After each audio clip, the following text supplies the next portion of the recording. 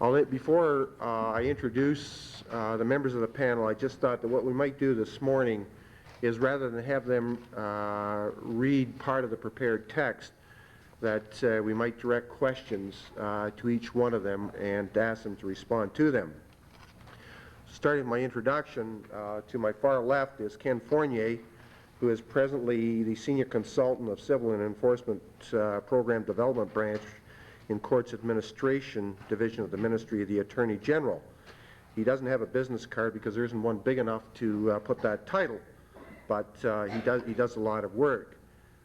Ken originally started out as a constable with the Ontario Provincial Police, spending approximately 20 years as a constable, and then served in the County of Lanark, I believe in Perth, as Sheriff Registrar of the now Ontario Court General Division and Clerk Bailiff for the County of Lanark. He spent 1 year as Manager of Operational Planning in the East Regional Directorate of Courts Administration prior to assuming his current position at the corporate head office in Toronto. Ken's been responsible for the development of the civil and enforcement and other court procedures, and he sits on several committees which are mandated to enhance the efficiency and effectiveness of the administration of justice in Toronto. June Cardwell, as many of you may know, has been associated with the Toronto Small Claims Court since 1947. I understand that she was 3 years old when she joined the staff. In 1950, she originally started as a clerk typist. In 1957, she was appointed deputy clerk, a position which she held for 13 years, and in 1970 was appointed clerk of the Toronto Small Claims Court, in which capacity she continues to act, although I believe she's now officially known as a manager of the court rather than the clerk of the court. The last member of the panel on my near left here is Doug Westlake, whom we affectionately refer to as the baby of this group, simply because he's under 80 years of age. Doug's a graduate of Wilfrid Laurier University and held various management positions with the TD Bank, and also was executive assistant to the Honorable John McDermott, PCMP, Minister of State for Finance and Privatization. He was, for 14 years, bailiff of the Brampton Small Claims Court, located in Brampton, of course, and currently holds a position as planning officer for Courts Administration Division in the Central West region. Doug and I have worked together in the monetary increase, the jurisdiction increase, and also on the conversion of small claims court staff to the public service. And he's currently the regional representative at the Courts Administration Division Provincial Operations Committee, whose mandate is to develop and provide consistent procedural direction to court offices and assist in the development of long-term solutions to small claims court and operational problems. Having said that, I suppose we can start this section with saying that all too often in small claims court we hear, well, I've got a judgment, big deal, what's going to happen next, who's going to get my money from me? And for any person who doesn't deal on a regular basis with the small claims court processes, and specifically the enforcement process, it can be a very frustrating experience. It has been said that you need the tenacity of a bulldog if you're going to try and collect your money in small claims court. And it's quite, I mean, there's no guarantee that you're ever going to get your money. I mean, that's an impossible thing to do. However, what we have attempted to do in preparing this article is to try and provide you with tips and ideas that are going to enhance your chances of success. The written material was prepared by the individual members of the program, and you may find that because the material is written in the same form as the rules are found, that we will have one speaker perhaps answering several questions before we move on to another one. Because of my position as co-chair of the program, I arbitrarily decided that I'm going to ask the questions and they're going to be on the hot seat and they're going to answer them for you. Before we begin with the questions, I would ask that you, if you haven't already done so, turn to Section D, the enforcement section, and I would just like to very quickly go over the common points which are really imperative that they be followed if you're going to commence enforcement proceedings. On page 1, as Judge Zuker, the first point, as Judge Zuker mentioned earlier in his presentation, enforcement proceedings can be taken as soon as judgment has been given, and this applies to both a default judgment and a judgment that's given following a full trial in court. As Judge Zuker mentioned, you can walk out of the courtroom over to the administrative staff and commence your enforcement proceedings. Enforcement proceedings can only be initiated by the court office on the receipt of written instructions from the creditor or his or her representative. Now, this is probably the biggest problem that small claims court offices face. All too often we hear of people who think that once they have a judgment, especially following a trial, that the money is automatically going to come to them, or that if it doesn't, the court staff is going to commence enforcement on their behalf without requiring written instructions. No enforcement proceeding will be commenced unless you provide the court with written instructions. Now, that's either by means of an affidavit or just simple written instructions, and examples of those are found following page D2. Now, not only if you're issuing enforcement instructions, take, for example, a warrant of committal, and we'll get into that a little further in the program, that is where a judge issues a committal order and you want the warrant enforced. The assumption would naturally be because the court has ordered the committal order, it's a contempt citation, that's going to be automatic. No such thing. What you're going to find is that you are going to have to instruct the court to enforce the committal warrant, and you're going to find that in some jurisdictions there is a time limit. I'll ask June to speak to that a little further in the program, but you must be aware that as we go along, we'll try and advise you that there are time limits for initiating some of these steps, and you have to be aware of them. On page 2, each enforcement process requires the payment of a fee. This goes without saying. And the problem you're going to have is if you don't know the proper fee or you don't pay the proper fee, that document's going to come back to you, which is obviously going to delay the enforcement process and may prejudice your right to recovery. With the exception of writs of seizure and sale against lands and writs of delivery, enforcement proceedings are normally issued in a territorial division where the debtor resides or carries on business.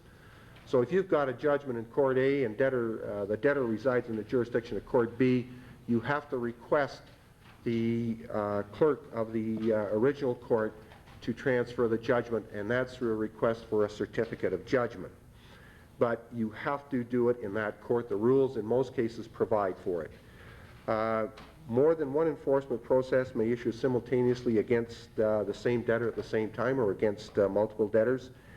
And all enforcements must be carried out by a small claims court bailiff. That means even if you want service of a notice of garnishment, a solicitor or a collection agency or just an individual litigant cannot undertake to serve the document themselves. It must be carried out by the bailiff of the small claims court.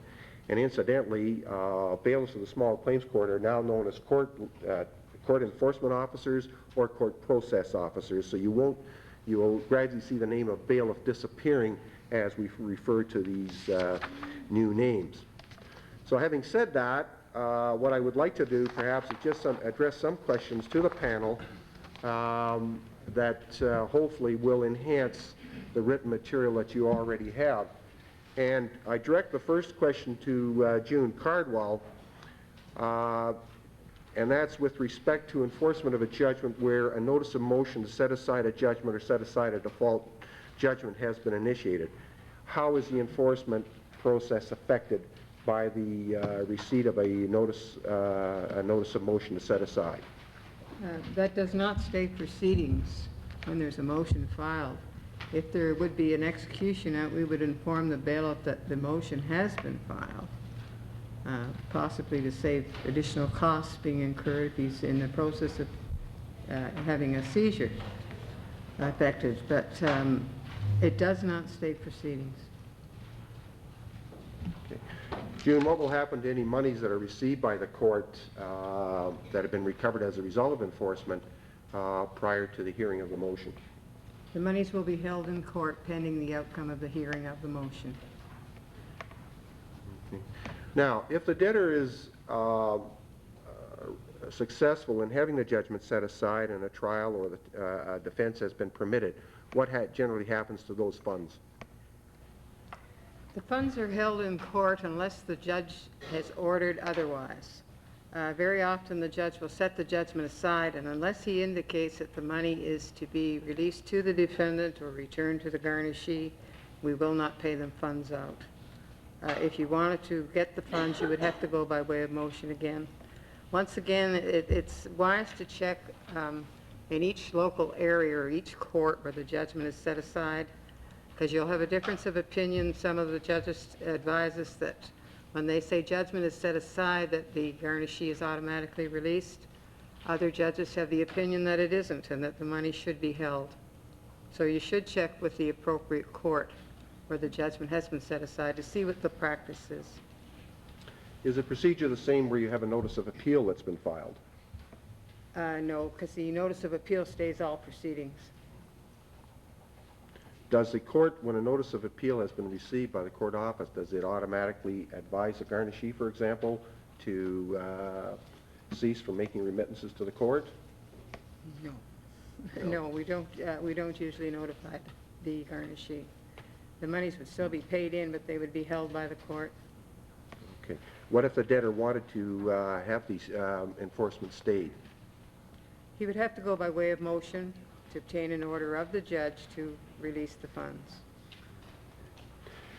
If you have a judgment that's been transferred to a second court, which is subsequently set aside, a new trial is held, and a new judgment is rendered, can you go back to the second court and continue your enforcement proceedings? No, you would have to go to the home court where the judgment has been set aside and order a new certificate. Because you now have a different date of judgment, and the information would be, your costs would be different. So you must go back to the home court and order your certificate. If a notice of examination is issued in a court other than where you live, is it necessary for you to attend the examination hearing? No, it isn't necessary. Oh, I'm sorry. A notice of examination? Right. Yes, you should have someone attend on your behalf or appear yourself. Someone has to be there to question the defendant. Can you recover any of the costs that you might incur in having someone represent you, for example, at an examination hearing? No, you cannot. Okay. Now, I've got a judgment against two debtors, one who resides within the jurisdiction or resides or carries on business within the jurisdiction of the issuing court, and one who resides in the jurisdiction of another court, a second court. And I want to commence enforcement proceedings against both of them. Can you tell me what I have to do? You would have to instruct the court what proceedings you wish taken on the defendant in the home court, and at the same time request that a certificate of judgment be mailed to the appropriate court where the other defendant resides.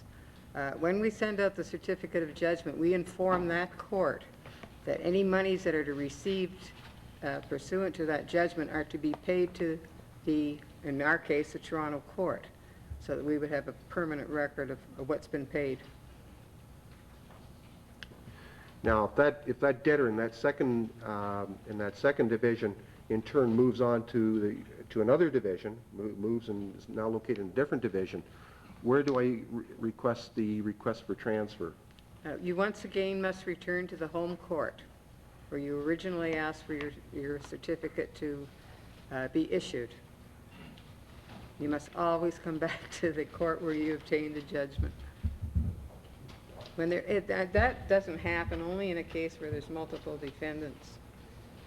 If it's a case of only one defendant and you've asked a certificate to be sent to another court, and the defendant then moves, you can ask that particular court to then transfer the judgment to the next court, whatever court you wish it sent to. Can you explain to us the reason why you would do it that way, where you have multiple debtors? What is the purpose of having everything gravitate back to the home court? Well, if you don't do that, the plaintiff would be able to collect several dollars overpayment of the judgment, because we're not aware of how much has been paid. You could be sending one to Hamilton, one to Sudbury, and in each court, they're collecting the full amount of the judgment. Question for Doug. Writ of delivery.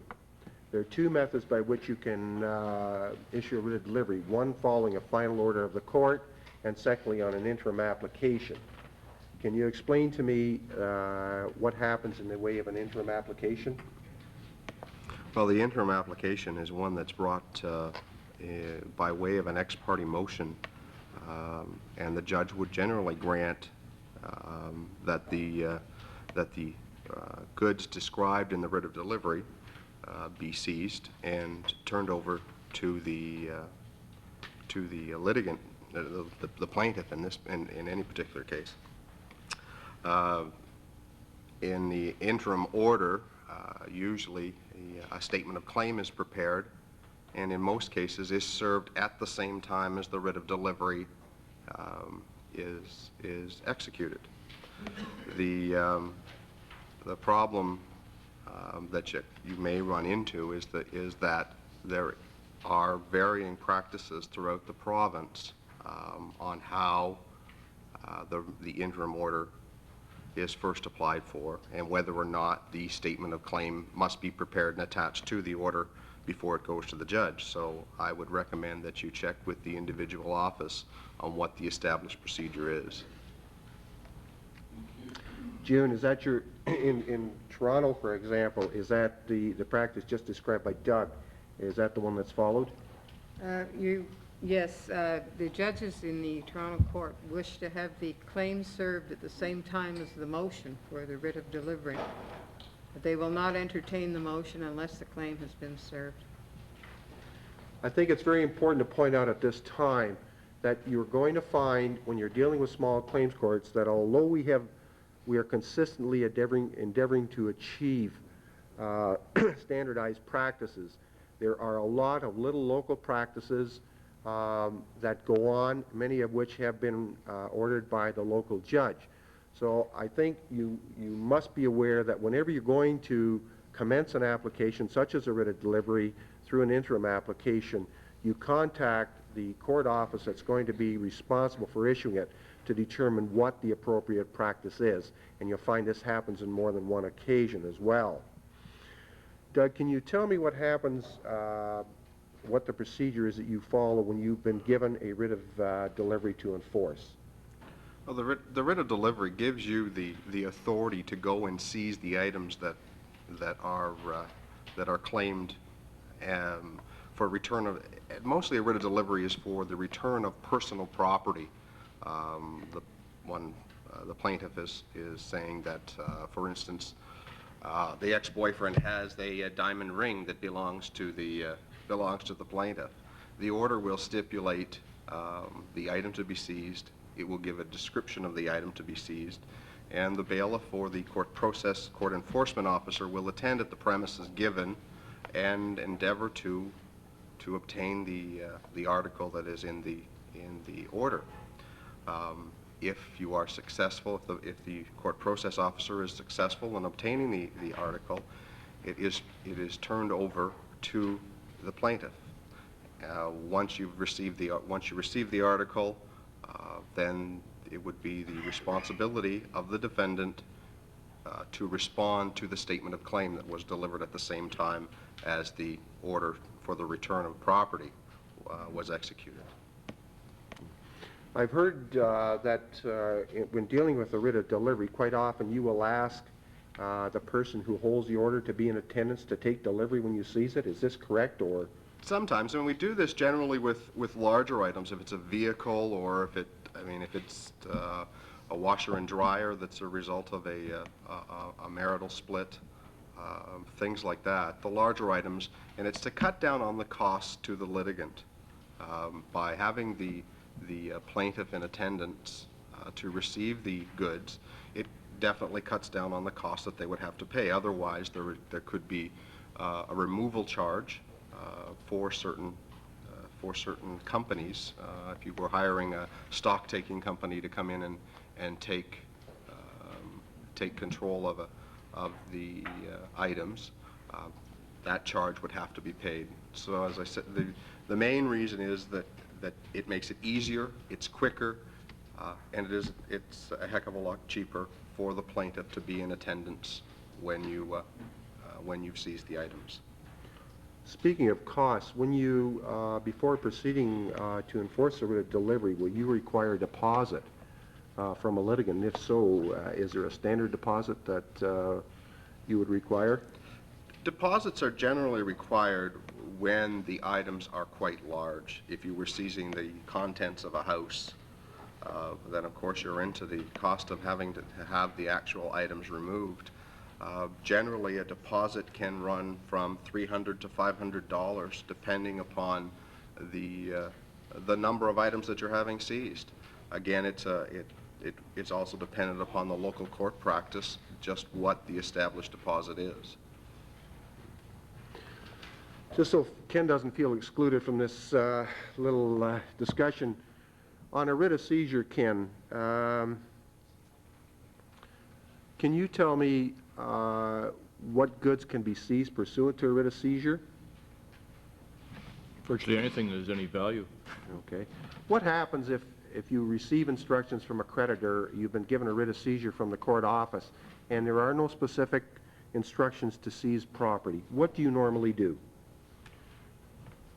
I wouldn't do anything.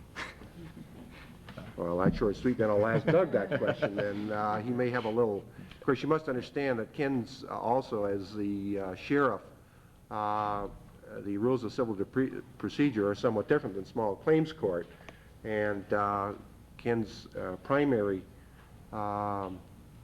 duties were with the general division.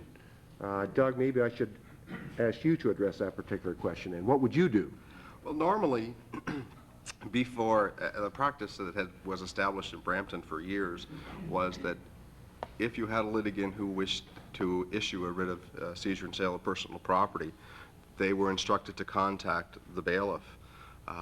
This would help eliminate any problems or non-existent information that was required for the bailiff to properly execute the seizure. If I received one without, my practice was to actually call and say, you know, there is a problem with the document that you've issued. You've given me no specific instructions to seize any given items. Is there any way that we could get it amended? If so, you know, we'd be willing to do that. If they were uncertain or had no information and just saw this as a tool, another tool of the court, generally what would happen, if it was a business, we would go and attempt to make a seizure of some sort, or even try and negotiate terms of payment, take in possession post-dated checks. Again, this is just something that I feel needs to be done to satisfy the litigant. In the case of doing a seizure on a personal residence, at most times you would not recover anything, because most times it is a matrimonial home. You cannot make a determination as to value or as to ownership. So the more information that you can provide for the seizure, the more chances you're going to be successful in realizing anything out of the enforcement exercise. As a point of interest, one thing that I tell most people who want writs of seizure and sale issued is to go and do a personal property search. Doesn't matter what the amount of the money is. Personal property search is going to indicate to you a couple of things, because there are several things that can be seized.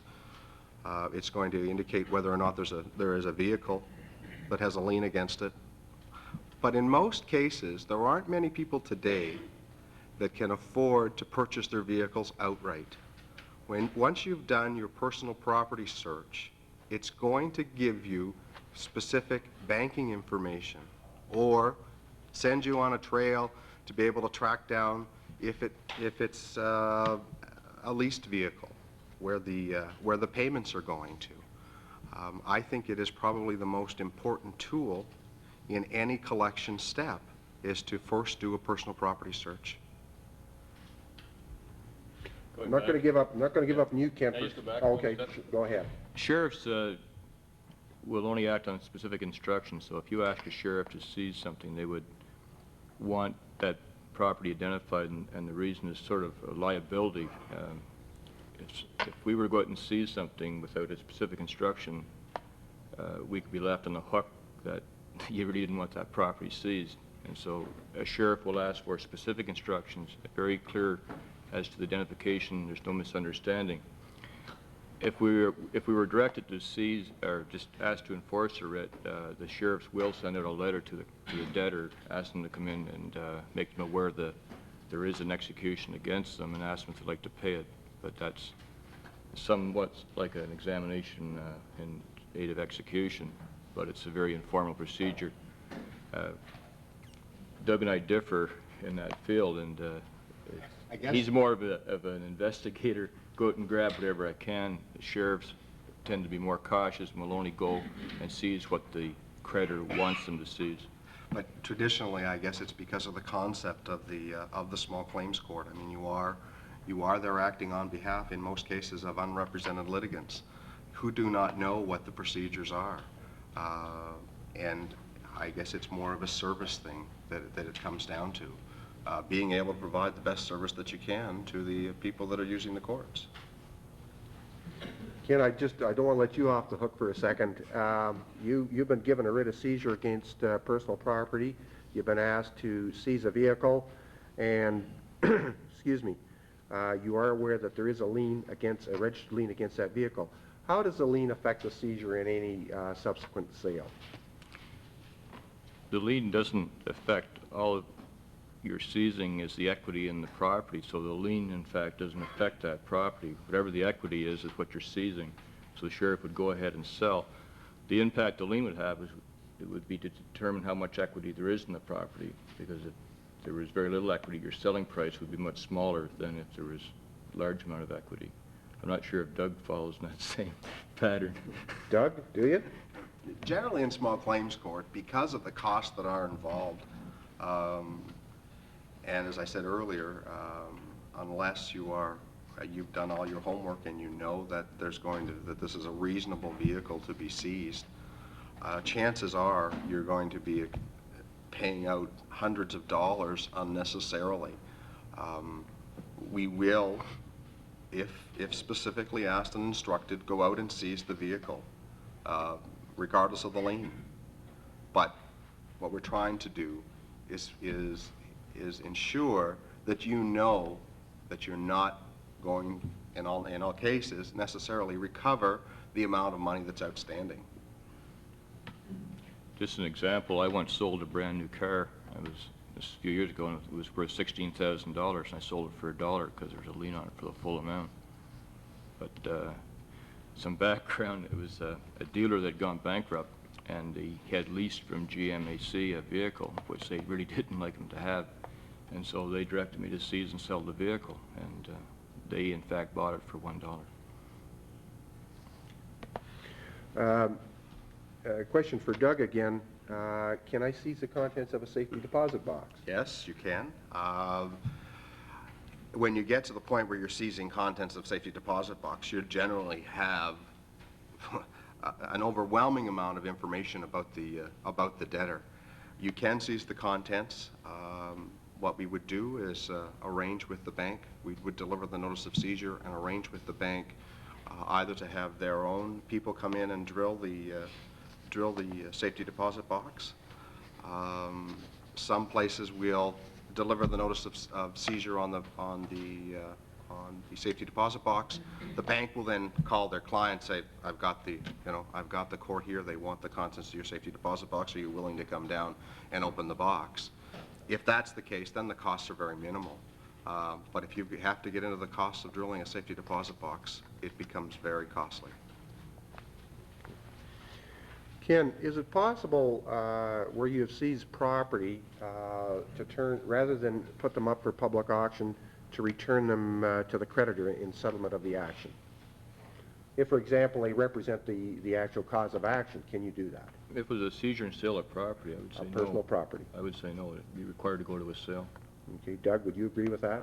I have to. Even if it represents Even if the it used to articles be, represented it the used to cause of be, action? before the new rules came out, that if the property was the cause of action, you could turn it over to the plaintiff. But not now. It must be held and sold at public auction. Again, it has to be, all parties have to be advised of the sale, at least if the notices are served personally, at least 14 days prior to the sale date. If they're sent by mail, it's 19 days. The only time that you could turn property over is under the writ of delivery of personal property. That doesn't preclude the creditor from buying at the auction the property, though. Okay. Question for Ken again. Where you're seizing a bank account via a writ of seizure of personal property, the judgment's against an individual, a husband, but the bank account is in the name of both the husband and wife jointly. Can you attach that account? Yes and no. If I were directed to seize a bank account, I would serve the notice of seizure on the bank and let them decide whether or not they wish to provide the monies. There is legal history to say that no, it's not attachable. But for our purpose, I would serve the notice in any event. Okay. Doug, do you agree with that policy? It used to be a few years ago in small claims court that if you went in and it was a joint account, the bank would pay you half the money. But since then, they have tightened up their rules as well and will not release the money, regardless. Ken, the Creditors Relief Act, a nasty little piece of legislation, unfortunately, for small claims court creditors. Can you tell me, can the sheriff demand funds that have been recovered through a writ of seizure and sale of personal property, and when should this be done? When would the sheriff normally do this? The sheriff would only do it when he was given a demand by the creditor, and it can only be done while the bailiff has, in fact, the property in his hands or the monies. Once it's been turned over to the clerk, the sheriff can no longer seize from the clerk the monies. Okay. A writ of seizure against lands. Ken, can you tell me, a writ of seizure against lands will not necessarily reflect the balance that's outstanding at the time the debtor wants to clear it from his or her records. What is required of the sheriff if you want, when you're going to pay monies into the sheriff? Does the sheriff care what the balance outstanding on the judgment is, or is the sheriff only concerned with what the amount is shown on the writ of seizure and sale against lands that's filed? No, the sheriff will do a calculation based on the information he has to find out what the outstanding balance, and will not withdraw the writ until the sheriff has paid those monies that the sheriff determines are owing. If there's a dispute over that amount, and there's evidence that there's been some monies paid which the sheriff wasn't aware of, then once that's proven, then the amount would be adjusted. But the sheriff will calculate the outstanding balance of the writ. Okay. Should a judgment creditor who's obviously taking action after a writ of seizure has been filed with a sheriff advise the sheriff of any additional costs that may have been incurred in the small claims court, or any additional post-judgment interest that should be added? Yes, if they want us to get the full amount. The rules of civil procedure require the creditors to advise sheriffs of payments on a writ that's been filed. That doesn't always happen, so it makes it somewhat difficult, and you usually find out from the debtor that, hey, I paid half that, and there's some discussions have to take place. But the rules do require the creditor to notify the sheriff of payments. Okay. Question for June, just moving on to garnishments for a second. June, if garnishments have been issued from more than one small claims court office against the same debtor, are all the creditors who've issued notices of garnishment entitled to participate in any proceeds from that garnishment? No, you would have to arrange to have your your judgment transferred to our court, and then issue a garnishee out of the court where the monies are being paid. So if I understand you correctly, then they have to issue out of the same office to be eligible for an equal distribution? That's right. Okay. Does the court office normally notify a creditor when a garnishment's about to expire, June? No. I mean, probably I would argue, and others would, that you have lots of time, you should be doing it, but you do not do that, is that correct? No, we do not do that. Only in Toronto. Okay. The administrative process on monies that are received or funds that are received through a writ of or through a notice of garnishment state that you should hold the funds for 14 days before clearance. Do you follow that practice? For example, when monies are received by means of an uncertified check. Yes, we hold it 14 days, number one, because either party has a right to place the garnishee on the trial list if they're not satisfied with the return.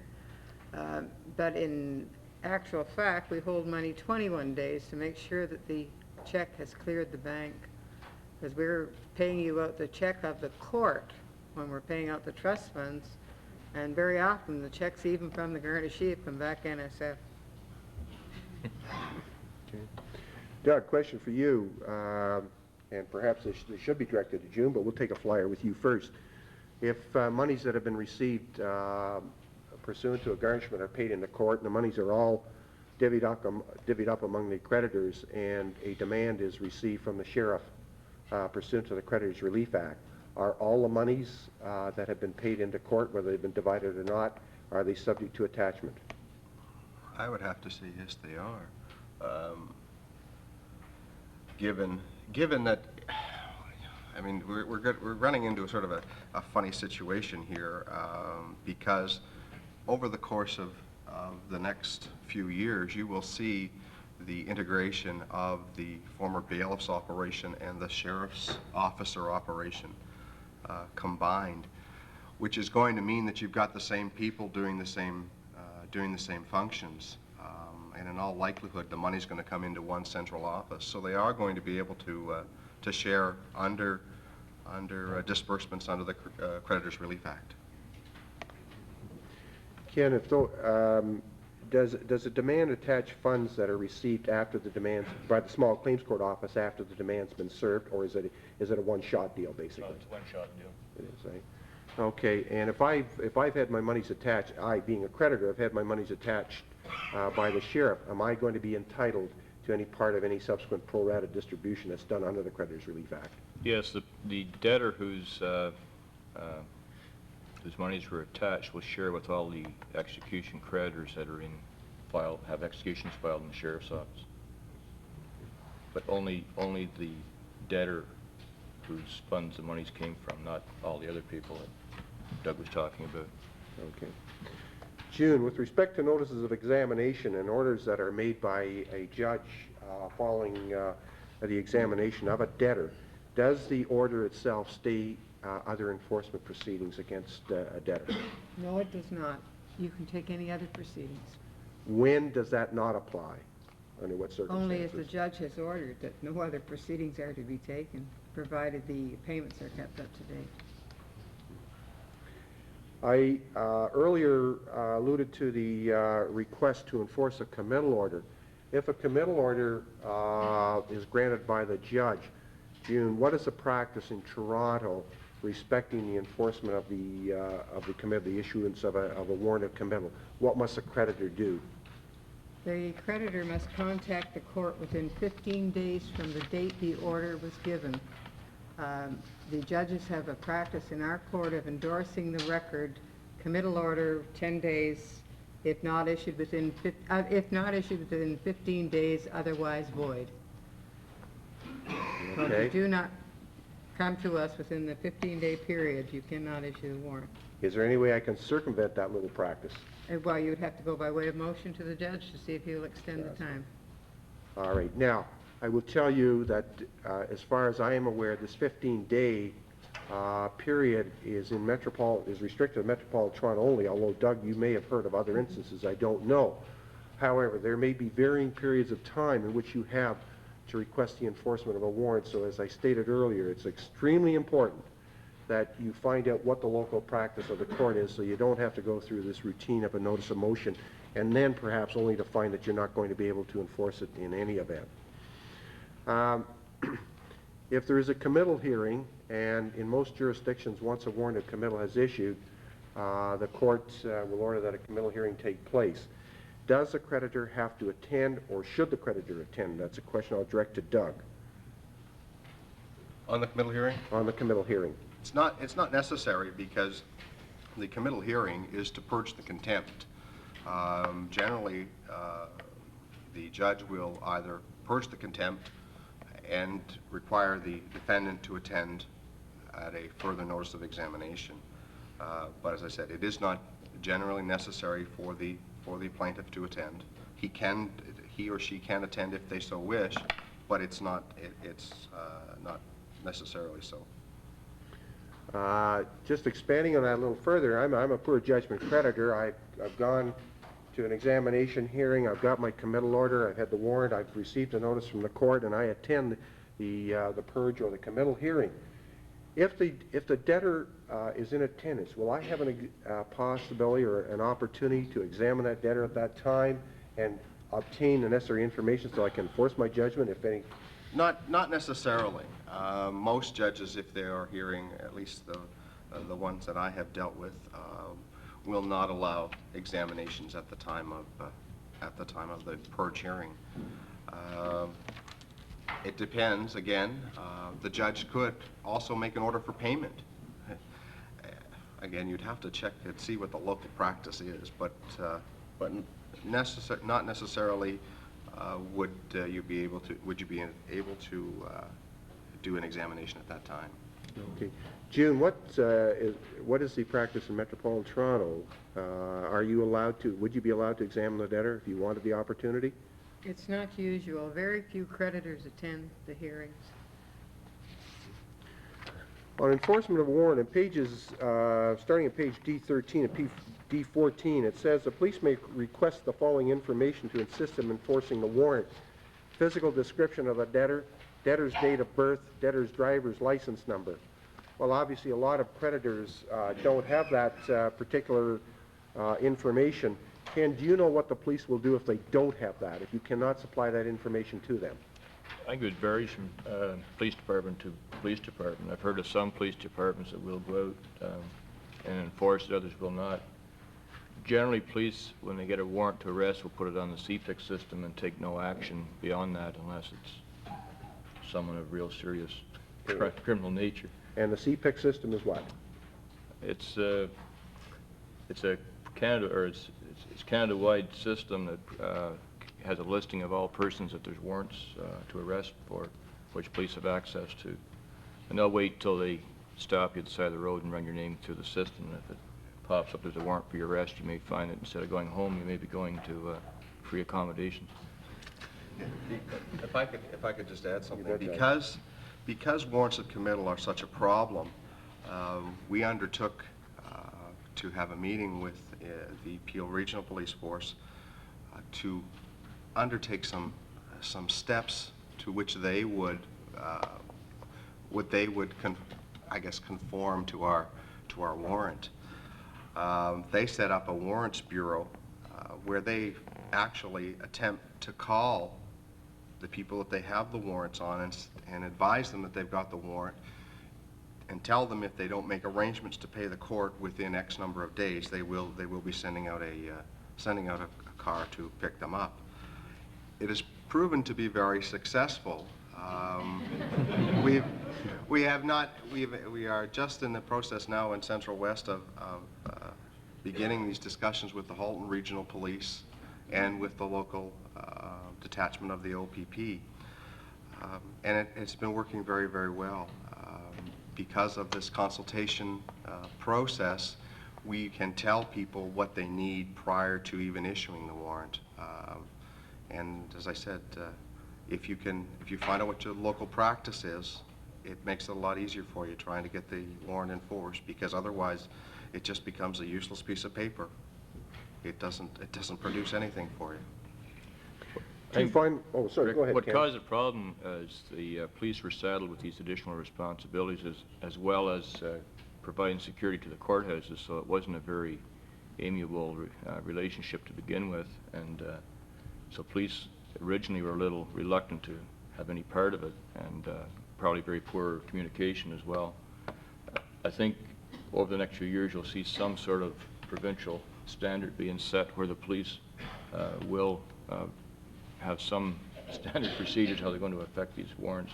I don't see how they can refuse because it's contravention of their duties. And Thanks, Ken. Two final questions that perhaps I'll direct these both to June if I can. If the police enforce a warrant, is either the judgment creditor or the small claims court advised of such? Do you know when it's taken place? The police will forward a letter to us when they've executed it at the warrant stating the date they've executed it. We do not notify the creditor. It's up to them to contact the court and find out what has happened. But they would contact the court office rather than the police department, is that correct? Do I understand you correctly? They contact the court office, yes, especially in Metro Toronto, they don't want everybody phoning we send the warrants to 240 College Street, the head department for the Metropolitan Toronto Police, and they in turn distribute them to the different districts. So they don't want everybody in the public calling them to find out what happened to a warrant. What will happen usually, if you came into the office, we'll try and check on it for you. If it's been out for some time, we'll try and trace it and find out what's happening to the warrant. One of the main reasons why they would like a physical description, if possible, is very often different ethnic names. They don't know whether they're looking for a man, a woman, or who they're looking for. This is what they've advised us. So whenever possible, if you can give them this information, it's a big assistance to them. Doug or Kim, do you have anything to add to that, or? No, I think that June's covered it very well. Okay. And the final question I have again for June is that a warrant of committal remains in force for 6 months. How does the judgment creditor go about renewing it? It could be by way of motion, but very often if they come into the court office and request that it be enforced, we will take it to the judge and see if he will enforce it for them, renew it rather for them. Doug, is that, do you know if that practice? Generally, the practice in Central West, as long as the request is before the court prior to the expiration, the judge will generally order that it be extended for another 6 months. Again, it'd be wise to check with the court office to determine what the local practice is in that particular jurisdiction? Yes. Okay. Those, I think, pretty well cover the questions that I had wanted the panel to respond to. I'd like to thank the panel for their participation, and I would also like to thank everyone here for the interest that you've shown this morning. Thank you very much.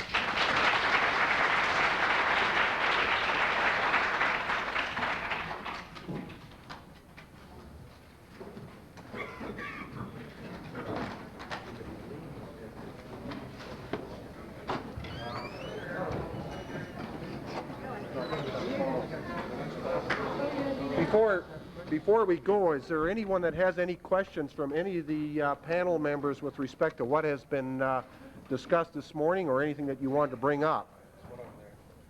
I just have one question. When you seize a person's RSP account, like the judgment debtor has an RSP account, can you seize it? Any financial document can be seized, any financial instrument. It's just a matter of, if you know that much information about them, you can seize it. some banks may require you to seize in their head office, though, rather than the local bank. Yeah. Where are we going to go? How are we We've gonna got do a this? couple of questions here. You firstly, sir? I'll get to you in a second. I have one question to Madam Justice and Caswell. In the Milton area, why are the appeals taking more than 2 years? I'm sorry, in where? In the Milton area, In Milton. Milton, for Division 4, and appeal is high, it's not coming for hearing for more than 2 years. 2 years. I understood that in Milton it was about 6 months, and I agreed that that's too long, but I didn't know about that. I'll look into it. Will you write me a letter? Thank you. This gentleman up here? This is to Jude Farquhar. If the motion to set aside doesn't state the proceedings, what does? Well, only the order of the judge. You have to ask the proceedings be stayed, yes.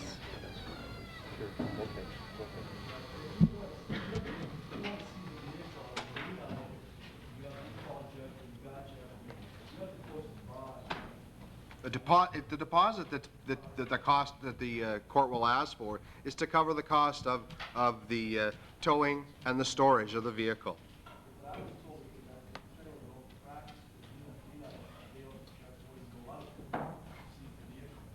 So as I said, I mean, that is a problem that you may encounter, and if you're adamant that you want the vehicle seized, the court is under the obligation.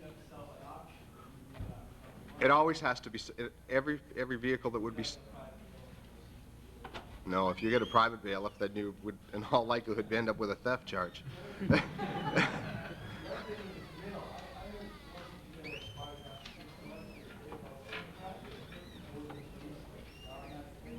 No, you see, a warrant of committal is only good for 6 months, period, doesn't matter. And it will expire on CPIC. Because all warrants have an expiry date on them.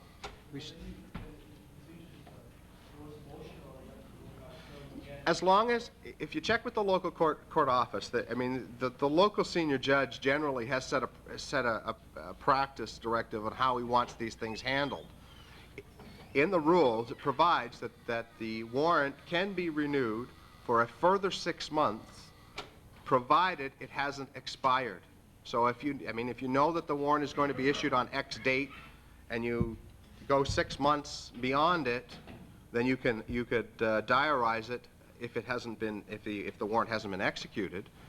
You could diarize it to do the renewal, and you would just send the request to have the warrant renewed directly to the court office, and they would put it before the judge. I'm just wondering, I want to thank the panelists. Justice Caswell is here, and Deputy Judge Shaul is here, and I think I'm still here. If there's any questions you want to ask, other than the enforcement procedures of any of us in the next 5 or 10 minutes before we conclude. Yes, sir.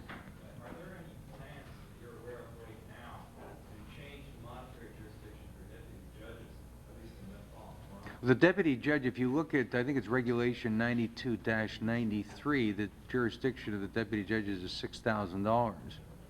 The same as a, I'm not sure what you mean by that. No, in fact, the regulation provides, and I think in the book there's a supplement that gives you the regulation. But the deputy judges can now hear cases up to $6,000. Well, again, I think that's a procedure, a government procedure that has to be looked at. As I said initially, I don't see why, if you have night court, and I think you should have night court because there's been a lot of criticism of delay in the court system, that might speed matters up. There's nothing, in my opinion, to preclude a higher monetary jurisdiction in terms of night court than $500 or $1,000.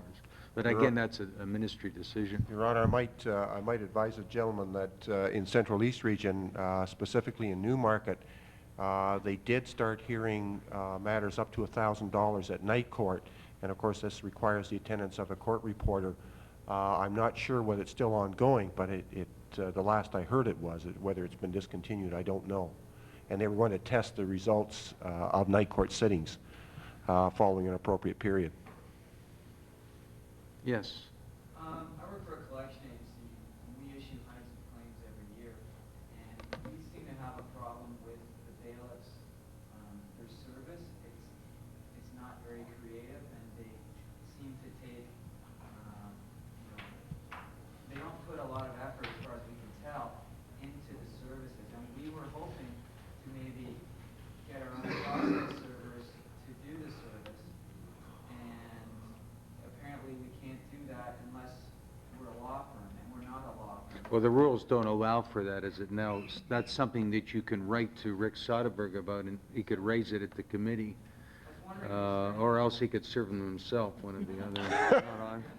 But, no, that's something that has to be raised. There has to be an amendment. I think the problem with that, and I say this with great respect, is, if you start getting into the American system, if I can say that in quotation marks, there's been a lot of criticism where people can just serve papers themselves, and that's open to a lot of abuse.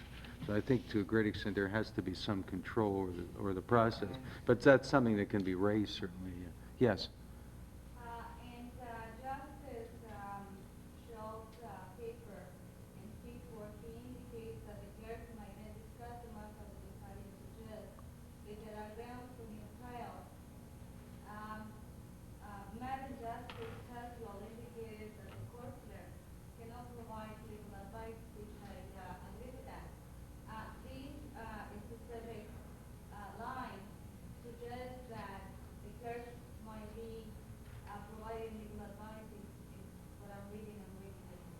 Perhaps Justice Caswell can respond. I'm not sure of your specific question, but do you, what, Well, in page C4, is this Justice Caswell's paper? All right.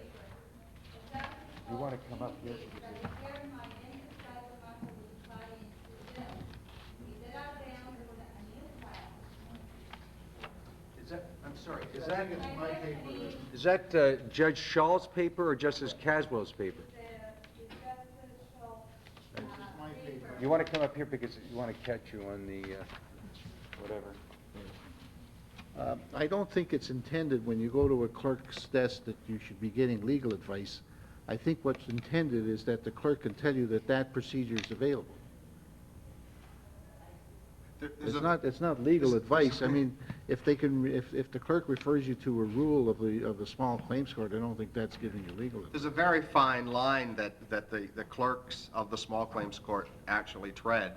And I guess it's the way that you construe what's being said in the document.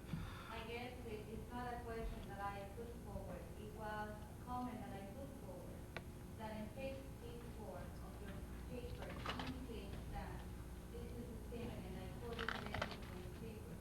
The clerk might then discuss the matter with the party and suggest if there are grounds for a new trial. That to me indicates that the clerk is providing legal advice. As Madam Justice Caswell indicated, the clerk cannot provide legal advice, which I agree with her. If your paper indicates... Don't know. I hear you, and perhaps the choice of language that I used was not correct. I think what I really intended is that the clerk of the court can direct the litigant to the rule that applies to an application for a new trial. Okay, thank you. Yes.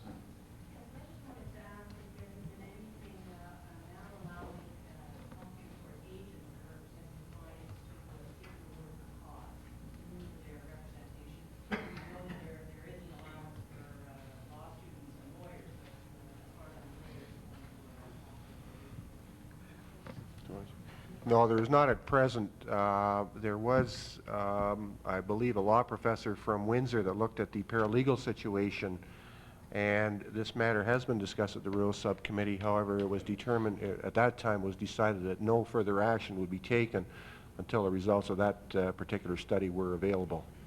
So at the present time, I'm not aware of any inclination to change, although it may have some ramifications when we at some point in time. Yes, sir. You referred to the Iacono report? Yes, I think so. Yes. You made a statement that was straight up discrimination. I was wondering whether this one review had the same question. Is there a program review going on in your future? Does that be looked at again? The rules are all being looked at again. As a matter of fact, the Rules Subcommittee is being reconvened in June. If we had any submissions to the nation, because I had one too, would we direct them to you, sir? You would? Yes, you would. This lady had a question, I think.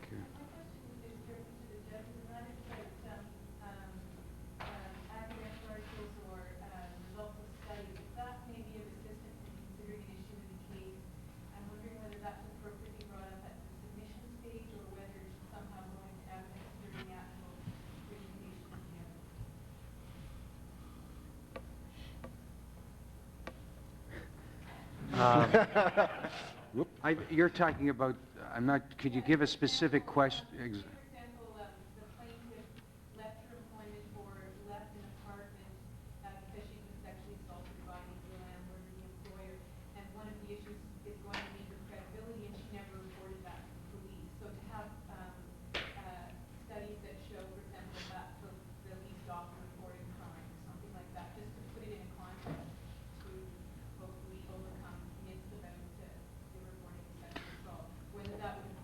In a sense, what you're trying to do is educate the judge as to the nature of that specific crime and the trauma that may be associated with it, and therefore the realization that people often don't report it. I guess it's up to the judge. Justice Caswell can speak to that. I don't see... Certainly.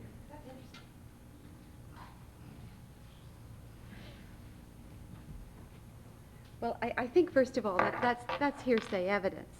And, but on the other hand, the rules, Rule 19 in particular, in the Small Claims Court, provides that this kind of evidence can be admitted at trial. And I would like to have thought, if studies were going to be presented, that there would have been notice pursuant to Rule 19 to the other side, so that the study, the other side would have had a look at it as well. But the bottom line is, and that's that Texaco case, is that the judge can admit anything, and it is the weight that the judge gives to it that determines what happens. So I see nothing wrong with bringing that in and attempting to convince the judge of the... But then the judge ultimately has to decide whether to give it any particular weight at all. And if there was no notice given to the other side, and I accepted that, I think I would discount a lot of it because the other side had not had an opportunity to deal with it. Let me just follow up. Would you say that it's more appropriate to bring it out in conditions or earlier on when evidence was being presented? Well, I don't know how you're going to do it unless you have the author of the report there or some expert, and that just doesn't happen very often in the Small Claims Court in that context.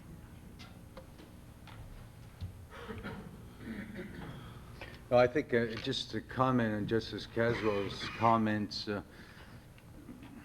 we used to get in Small Claims Court people referring to articles in the Toronto Sun. And you can imagine the weight to be attached, unless it was a sports section, forget about it. Yes.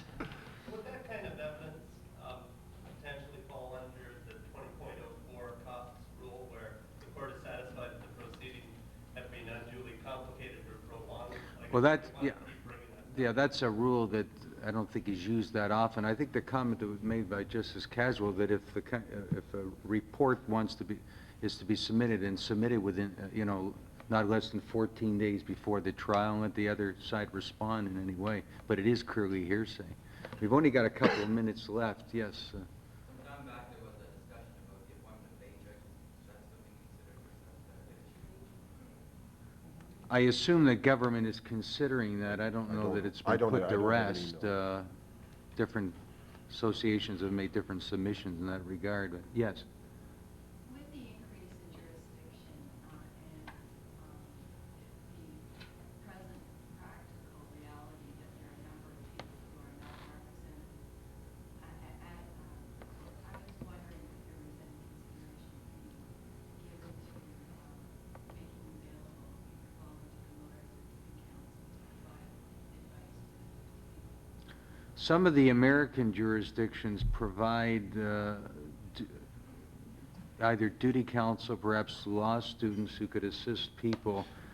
The problem sometimes is it may become too legalistic in terms of filing claims. I tend to agree personally with what you're talking about. The other thing that came to my mind, again, is in some U.S. jurisdictions is they have video machines. This is on video today, but I can think of perhaps Justice Caswell's presentation today and Judge Grossberg's presentation today and the presentation on the panel. Those kinds of tapes that could be available to people who might want to file claims or understand what they have to do, I think would be invaluable if you had some kind of machinery set up at the various courts so people can watch a video of what the proper process is. There currently is a video that is available that the ministry just produced on Small Claims Court.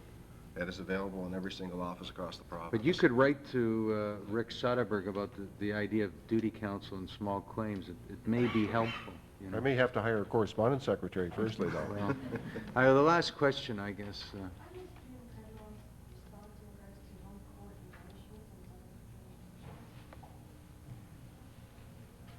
I think Rick's question was to me, if there was a garnishee in our court and a garnishee issued in another court, whether the the creditor in the out-of-town court would be allowed to partake in the funds that we receive. No, they wouldn't. Number one, we wouldn't have any way of knowing that there is a garnishee in the other court. So as soon as you are advised, what would probably happen if your claim happens to be outside Toronto, you'll receive a letter back from the garnishee stating that they are presently honoring a garnishee in the Toronto court. As soon as you become aware that there is a garnishee being issued through our court, have your judgment transcribed to Toronto and issue your garnishee from the home court. Then you would be put on the garnishee registry and share in any funds that come in. The reason for that is the Rule 2108 says where the clerk has issued a garnishment, and that has been interpreted to mean the clerk of a particular division, not more than one division. I want to thank, on behalf of Rick Soderberg, Justice Caswell, and Deputy Judge Shaul, and of course Rick, and Doug Westlake, and Ken Fournier, and of course, last but not least,